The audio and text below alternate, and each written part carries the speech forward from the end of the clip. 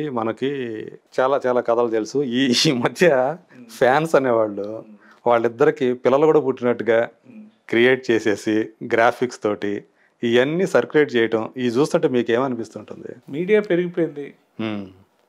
చూసే కొత్త తులసి నాకు తల్లి లాంటిది. నాకు రాశారు, నేను మీతో ఈ గోడు వినిపించుకోవాలా సార్? ఇలా రాశారు సార్, నేను మీకు ఇంటర్వ్యూ చేయాలా? మా ఇంట్లో పిలిచి ఇలా నా మనోభావాలు దెబ్బతిన్నాయి, నా ఇంట్లో నా ఫ్యామిలీతో ప్రాబ్లమ్స్ వస్తున్నాయి, ఆవిడకో ఫ్యామిలీ ఉంది. యాక్చువల్గా ఆమె మిమ్మల్ని హెచ్చరించారు అనుకుంటా కదా, ఇట్లా వస్తుంది చూడు సీన్ అనేది అన్నట్టున్నారు. ఆవిడ నా మెసేజ్ పెట్టారు, ఇట్లాంటివి వస్తాయి మీడియాలో చాలా వస్తాయి, first of all you should tell the fact of this to your wife. అంటే మీరు కలిసి ఇంటర్వ్యూలు ఇవ్వటం అది జరిగింది. యాక్చువల్గా ప్రమోషన్ కోసం ఇచ్చిన ఇంటర్వ్యూ అది. మా పాపం వాళ్ళకి మరి టీఆర్పీ రేట్లు లేవో, లేకపోతే ముందు రావాల్సింది 4 వీకుల తర్వాత వచ్చింది. ఆ తర్వాత మన అల్లు శిరీష్ గారి సినిమా ప్రమోషన్స్లో 1 వీక్ వెళ్ళిపోయింది. ఆ తర్వాత ఇంకో అనుకోని ప్రయాణం ఒక సినిమా కోసం వచ్చిన ఇంటర్వ్యూ అది ఆలీ గారితో. నెక్స్ట్ వీక్ టెలికాస్ట్ అవ్వాల్సింది అవ్వాల. అలా 3-4 వీక్స్ తర్వాత టెలికాస్ట్ అయింది. ఓకే, సో ఆల్మోస్ట్ 1 మంత్ అదేదో మా ఇద్దరు పర్సనల్ ఇంటర్వ్యూ లాగా అది క్రియేట్ అయింది. ఇన్ టైం రాజేంద్ర ప్రసాద్ గారు ఉండాలా, నేను ఉండాలా, ఆవిడ ఉండాలా, ఇంకొక యాక్టర్ ఉండాలా, 4 ప్లాన్ చేశారు. ఆయన రాజేంద్ర ప్రసాద్ గారు డేట్ లేదు, ఎవరు లేరు. డైరెక్టర్ నరేష్ గారు కూడా డైరెక్టర్ మన ఈయన గారు ఉన్నారు కదా, నరసింహరాజు గారు, ఆయన చేయాలి. అది లేదు, అది కుదరలేదు. సరే నా దగ్గరికి వచ్చేసరికి ఇంకా అలీ గారు చెప్పి పాపం ప్రొడ్యూసర్ ప్రమోట్ చేయాలి కదా సినిమాకి, తులసి నువ్వేనా రండి మాట్లాడండి సినిమా గురించి, ప్రమోట్ అవుతుంది.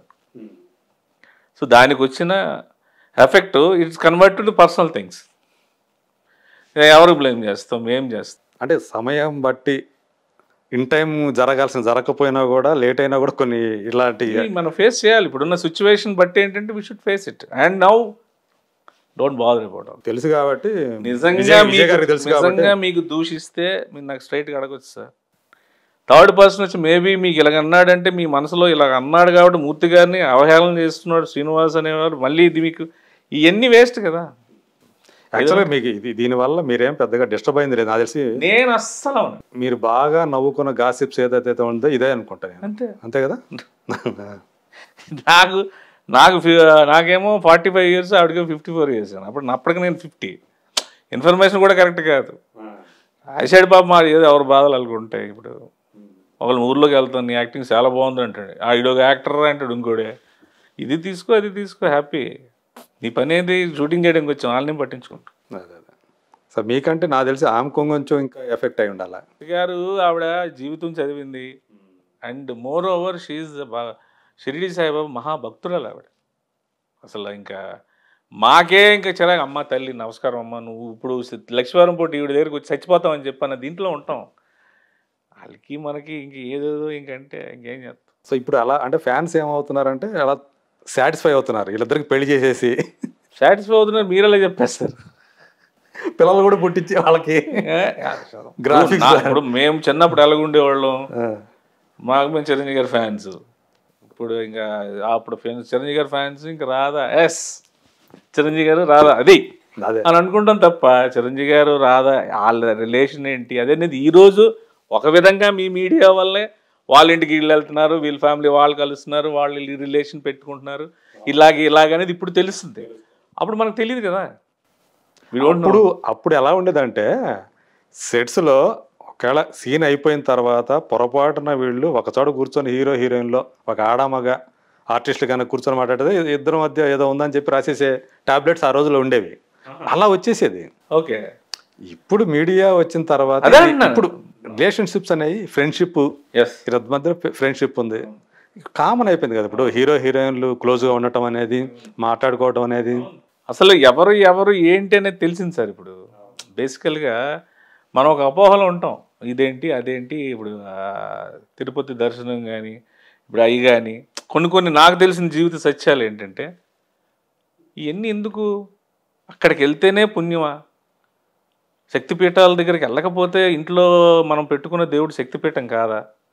అక్కడికి వెళ్ళిన తర్వాత బాబో బాబో జరుగని ఇసురు కొట్టేస్తుంటే ఇంత బాధపడి తోసుకొని వెళ్ళి ఆ దేవుడికి అలా చూసి సెకండ్స్లో దీనివల్ల వచ్చేది ఏంటి రానిది ఏంటి అనేది అక్కడ జరుగుతున్న ఇష్యూస్ అన్ని కళ్ళకి చూసి మన అయ్యప్ప స్వామి దర్శనం వెళ్ళిన తర్వాత అయ్యప్పని కర్రలు పెట్టుకొని పేల్ కొట్టు వాళ్ళకు ఉన్న ప్రాబ్లమ్స్ని డైరెక్ట్గా చూస్తూ మనకు రియలైజేషన్ రాదా?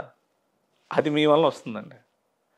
Because you are showing everything క్లియర్గా. ఎవరో చెప్తే మనం విమర్శిస్తాం, మూర్తి గారు మీరు దేవుడు అంటే మరీ అవహేళన చేయకండి, అయ్యప్పలను ఎందుకు కొడతారు అని అంటాను. నా కళ్ళ ముందు జరిగితే ఏం చేస్తాను? మీరు లైవ్ చూపిస్తే అది ఈరోజు క్లియర్గా జనాలకు అర్థమవుతుంది ఏంటంటే, మీరు మీడియా వాళ్ళు అలా లైవ్ చూపించడం వల్ల చాలా విషయాలు ప్రస్ఫుటంగా తెలుస్తున్నాయి. ఇక్కడ వాళ్ళు ఆడే నాటకాలన్నీ తెలుస్తున్నాయి, నమ్మలేని విషయాలు. నమ్మలేని ఈ వ్యక్తి కనుక ఇంత బ్యాక్ డ్రాప్లో ఈ డబ్బులు ఇచ్చి మనల్ని తీసుకొచ్చి బలి పశువులకు వాడుతున్నాడు అనే విషయం ఈరోజు జనాలు ప్రతి ఒక్కరికి తెలిసిపోయింది. నేను వెళ్ళి నర్సంపేట వెళ్తున్నాను, ఒక 20 మంది రండి ఫుల్ గడావుడి చేసిండంటే ఏంటి, ఎందుకు గడావుడి చేసి నువ్వేమి ఇస్తున్నావు చెప్పు అంటారు. ఇప్పుడు ఊరికే పాత రోజుల్లాగా జై జై జై జై అనే మనుషులు ఎవరు లేరు. నువ్వు ఏదైనా ఇస్తావా అప్పుడు ఓకే మేము చూస్తాం, 5 ఉన్నావా 6 ఉన్నావా 10 మంది ఉన్నావా ఎంత అవుద్దాయి చెప్పాడికి.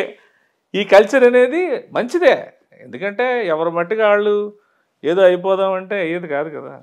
ఏదైనా ఏది ఎలా జరుగుతుందో అలా జరుగుతుంది, అది జరుగుద్ది. ఇప్పుడు మన వేషాలు కొన్నాళ్ళు సాగుతాయి సార్.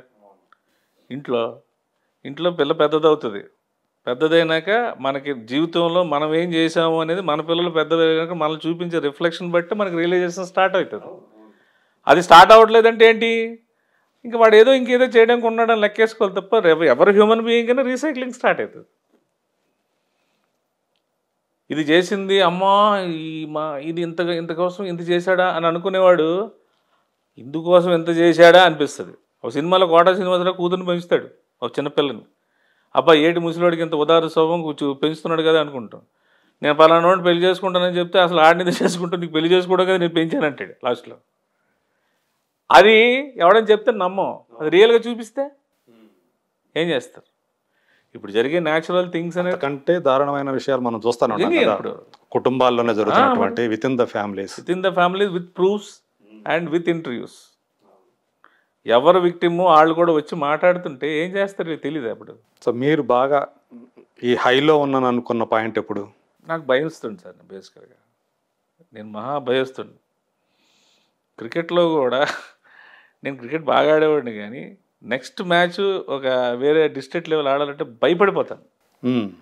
ఎప్పుడు అంటే చదువుకునేటప్పుడు క్రికెట్ ఆడేటప్పుడు కూడా ఏదో ఊర్లో ఆడేటప్పుడు ఓకే నువ్వు సెలెక్ట్ అయ్యావు, ఒక డ్రెస్ ఇచ్చి ఒక అండర్-19 డిస్ట్రిక్ట్ లెవెల్లో మ్యాచ్ అనేసరికి కడకడ ఆడిపోతాం.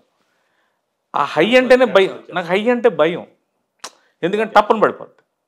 సో ఇలా వెళ్ళిపోతూ ఉండాలి. హై అంటే భయం, తప్పని పడిపోద్ది. నేను ఫస్ట్ ఆఫ్ ఆల్ ఆయన అప్పుడు సూపర్ కారు, ఆయన 2వ కారు అమ్మేసి తీసుకోరా నువ్వు అనేసి అంటే, నేను సూపర్ కారు వేసి తిరుగుతుండే నేను కొన్నాను అన్నారు, ఎంత నొక్కేస్తే నాకు కూడా సూపర్ కార్లో తిరుగుతున్నాడు అని అనుకుంటారు తప్ప నాకేమో పెద్ద గిల్ట్, అది ప్లస్ పాయింట్ నీకు ఏమవుతుంది కారు వలన కన్నా.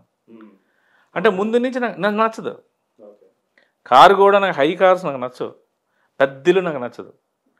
అంటే ఉంటే వేసుకుని తిరుగుతాడులే అని అనుకోవచ్చు, కానీ నాకు బేసికల్గా నా ఇంట్రెస్ట్ ఏంటంటే చిన్న ఇల్లు, చిన్న కారు, చిన్న లైఫ్, వితౌట్ ప్రాబ్లమ్స్.